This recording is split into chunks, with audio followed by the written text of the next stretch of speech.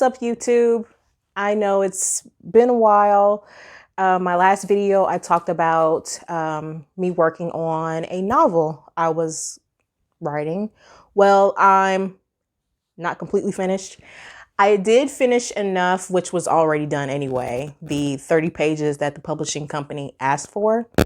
So that was submitted like last week. So fingers crossed, I am almost finished. I kind of think I'm done in like 19 chapters, and I just finished chapter 18 last night. So one more chapter to do and I'm completely done, and I can go back and edit and add in some more fun stuff, and then I'll be completely done with my first novel. So wish me luck. So I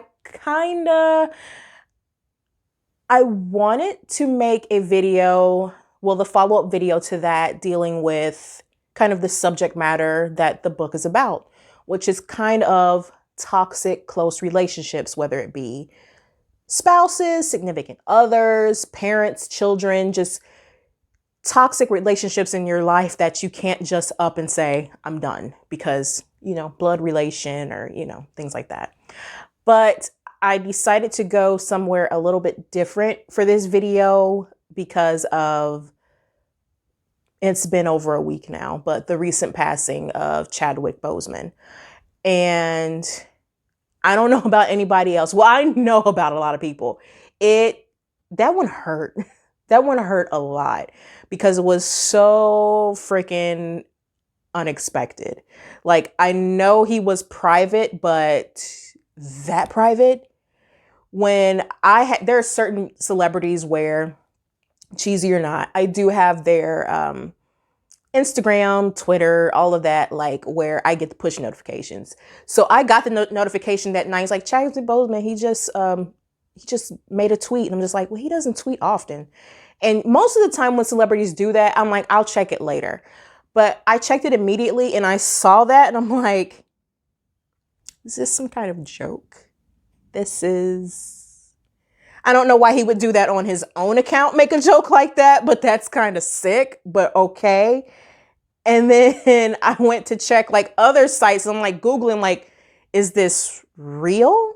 And then obviously comes to find out that it's real. And I don't know. It's just, I think because all of everybody was so shocked I don't know.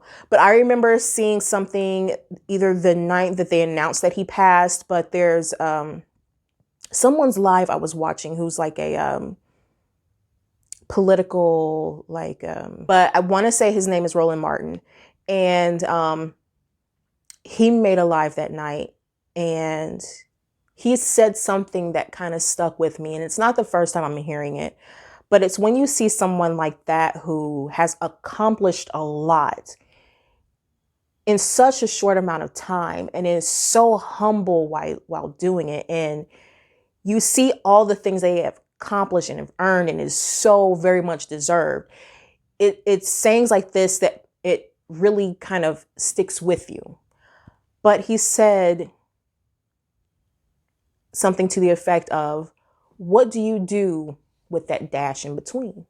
And that dash in between meaning like your birth date through your death date. What do you do with that time in between? And I think that's when I kind of went more into overdrive into finishing this book, even though I've hit so many roadblocks with, you don't know, the past couple of months. I'm just like, I don't want to finish this book, even though there's obviously words up there that need to get out. It's just the motivation I had that I was lacking to actually do the act of writing and typing and editing. It was just the thought of it was exhausting. Not even getting to it, just the thought of it. It was overwhelming. But he's right. There is a reason why each of us are here. Doesn't mean that you're somebody who's known by millions and billions of people because you're Black Panther, but somebody like me who can write a story, and it doesn't have to be a New York Times bestseller, although that would be amazing. But it doesn't have to be that to resonate with someone. You can be a doctor who is saving someone's life. You can be a counselor who is saving some kid's life. You can, there is a reason why each and every one of us is here. And I can guarantee you it's not like, for instance, a lot of us, we work 9 to 5s. We get up, we drag to work, we do our time, and then we come home. And for a lot of us,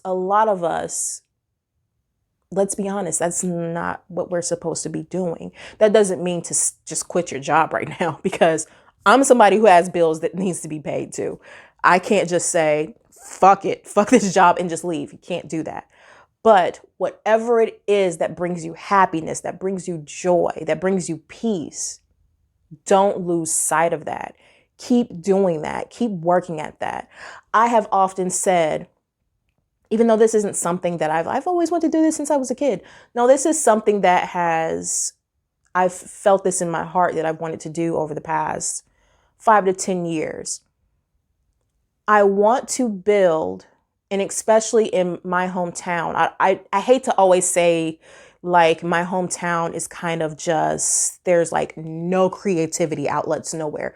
There is. It's just, to me, it's, after living in Chicago for so many years, obviously it's nothing compared to that. I can walk out, I could walk outside of my apartment in Chicago and there's art right there. Dayton, Ohio, it's not that simple. You have to go seek it out. And I can't imagine what that might be like. Well, I can't imagine what that might be like for kids who are younger, preteen, teenager, who have this creative outlet, who want to pursue music, who want to pursue art, writing, photography, film, who want to pursue all these things. And it's just not readily available all of the time. So one thing that I've wanted to do over the past couple of years is I want to make an art gallery / youth center. And I want it to be where, while living in Chicago, I had gained a lot of friends who were into dance, who did poetry, who were in bands, who were artists, photographers, film students. I went to Columbia College, which is very much an art college. So I'm like, I would like to build the art gallery aspect of it where I would have my friends or local artists come in, display their work, sell their work. You're in a band, do a show. You do dance, do a show. You are working on a film, show it here. I want those things, but I also want the youth center aspect of it to be, you have a kid who wants to learn how to play the piano, play the guitar, who wants to learn how to dance, who wants to learn how to edit film, who wants to learn how to do poetry or paint or anything like this. It'd be a youth center where I have these local artists or my friends come in and assist these kids to find their path to whatever their creative outlet is. And hopefully, that's something that they want to do as an adult, and not just as a hobby, but, obviously as a hobby, that's okay. Every kid needs some type of outlet, and whether it be something creative than destructive. So for the past 5 or 10 years, I've wanted to do something like that. And I feel like that would be something beneficial to kids in the area. That's what I mean by, what do you do with that time that you're here, that you can touch other people? You don't necessarily have to be well known, but to definitely make an impact, no matter how small or huge. So I didn't want to make a negative video. I mean, it's not negative. We all have toxic people in our lives and kind of have to talk it out and work it out, and, but I wanted to make it more on a positive note, because it's been a little over a week, and I'm still just like, for like the first couple of days after he passed, I literally kept going to his Twitter and reading that message like, that's not true. He's not dead. That's not, no. Like, like total stage of denial. Like, that's not happening. But yeah, and I did kind of go through a period of time where I'm just like, I don't, leave me alone. And that goes for a lot of influential people that have passed, that are like celebrity like that, especially when their deaths they were unexpected.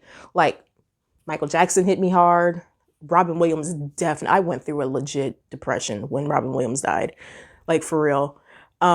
When Prince died, all of those were unexpected, and all of those were influential people in definitely my childhood. And Prince, it got harder as time went on, because Prince was something that I kind of related to my dad on. You know, I remember growing up, looking at Prince music videos, and I would put on shows with my Barbies for like my dad and stuff. And then let's see, Prince passed in April of 2016, and then my dad passed in June. So as 2016 went on and then that happened, then Prince's death kind of lumped in with my dad's death. Actually, both me and my dad, both of our heroes kind of died. Prince wasn't necessarily a hero of mine, but again, he was kind of like this bonding moment with me and my dad. So when Prince died, that was hard because that was a piece of my childhood. And then Muhammad Ali passed, and that was somebody that my dad looked up to. And then shortly after Muhammad Ali passed, and my father passed. So it was like those huge hits, like back to back to back, that was kind of took me out in 2016.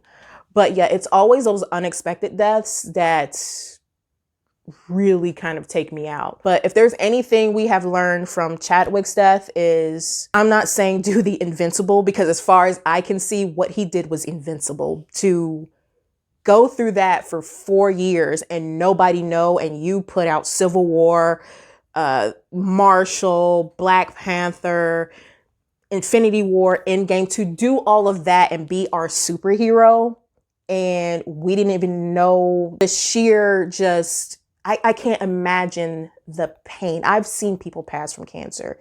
It's excruciating. I can't imagine the level of just, not just physical, but emotional and mental pain that you go through that process, and to not have everyone know and go through that silently with just your very close circle, knowing that, like, I can't imagine. Whatever we're here on this earth to do, let's do that. Let's do that. If you don't beat yourself up, if some days you're not motivated, okay? Because I am the least motivated person on the fucking planet. But I still say dreams are reachable. It might take time, but definitely do what you are on this earth to do. Fight to do it if you need to. That is all I have for today.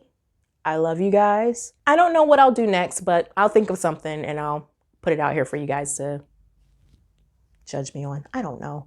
Anyways, thanks. Bye, YouTube.